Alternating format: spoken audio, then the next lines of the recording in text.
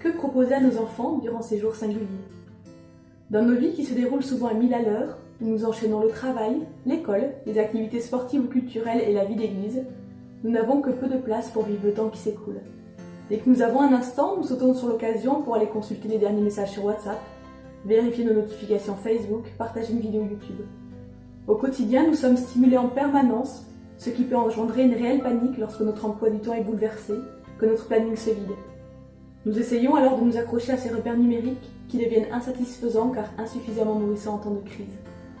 Ainsi, les médias prennent une grande place dans notre quotidien de confinés, pour télétravailler lorsque cela est possible, pour faire l'école à la maison, pour accéder aux informations qui se répètent en boucle, pour nous divertir, mais aussi pour vivre nos cultes, pour rester reliés les uns aux autres.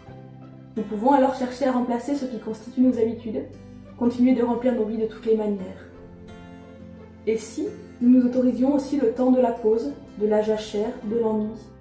Et si cette période nous permettait, malgré ce qu'elle comporte de souffrance et d'inquiétude, de nous reconnecter à nos proches, à notre conjoint, à nos enfants, à notre Dieu?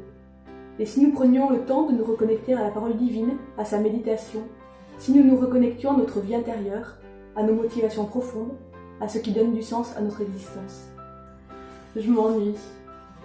Notre société valorise l'utilisation rentabilisée du temps et l'ennui est plutôt mal vu. Lorsqu'un enfant nous dit qu'il s'ennuie, notre premier réflexe est souvent de lui proposer toutes les activités qui nous passent par la tête, projetant aussi, peut-être, notre angoisse du vide. Sommes-nous capables de laisser notre enfant s'ennuyer? Les psychologues s'accordent pour dire que l'ennui est bénéfique lorsque les angoisses ou la tristesse ne prennent pas le dessus. Lorsqu'il s'ennuie suffisamment longtemps, l'enfant développe des capacités d'imagination et de création en s'appuyant sur sa perception des situations et ses envies. Il apprend par là qui il est, construit son identité, trouve des centres d'intérêt qui lui sont propres. L'enfant qui s'ennuie peut trouver seul comment se sortir de cette sensation désagréable, et c'est une compétence qui lui sera bien utile. Il trouve des solutions auxquelles il n'aurait jamais pensé si ses parents lui avaient évité cette émotion inconfortable.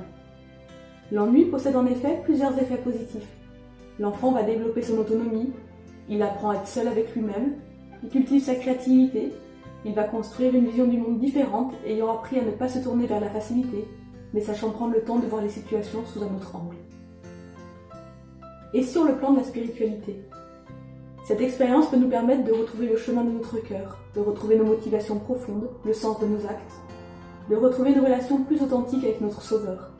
Cela a forcément un impact sur notre vécu familial, sur nos relations mutuelles. La manière dont nous, les parents, mettons notre confiance en Dieu durant ces moments particuliers influence nos enfants. Nous pouvons aussi prendre le temps de partager notre vécu, la manière dont Dieu a changé notre vie et continue de la transformer en profondeur. Nous pouvons instaurer des rituels nécessaires à la structuration du temps de nos journées, nous retrouver en famille pour lire un texte biblique choisi par l'un ou l'autre, prier ensemble. Pour terminer, permettez-moi quelques conseils, quelques pistes. Organisons et séquençons nos journées. Par exemple, culte familial à 9h, puis matinée de travail, puis repas, un temps de jeu, un temps d'exercice physique, etc. En veillant à conserver nos bonnes habitudes sanitaires. Et réfléchissons en famille à l'organisation des temps spirituels afin que nos enfants s'en approprient le fonctionnement. Fixons des temps de pause dans l'utilisation des médias afin de ne pas être sous leur joug permanent, même quand c'est pour la bonne cause. Profitons-en pour développer l'autonomie de nos enfants dans les tâches quotidiennes, comme s'habiller seul, participer à la cuisine, au ménage ou toute autre tâche. Alternons des moments ensemble, repas, temps de jeu, et des moments où chacun est libre d'être seul. Choisissons un objectif ou un défi quotidien. Gardons le contact avec les personnes isolées ou angoissées par la situation, ou celles ayant des besoins spécifiques, mais prenons aussi le temps d'être en relation avec nos amis. Redécouvrons les trésors cachés dans nos maisons, comme les albums photos, les puns, les jeux oubliés. Si nous manquons d'idées, nos enfants en ont sûrement à partager.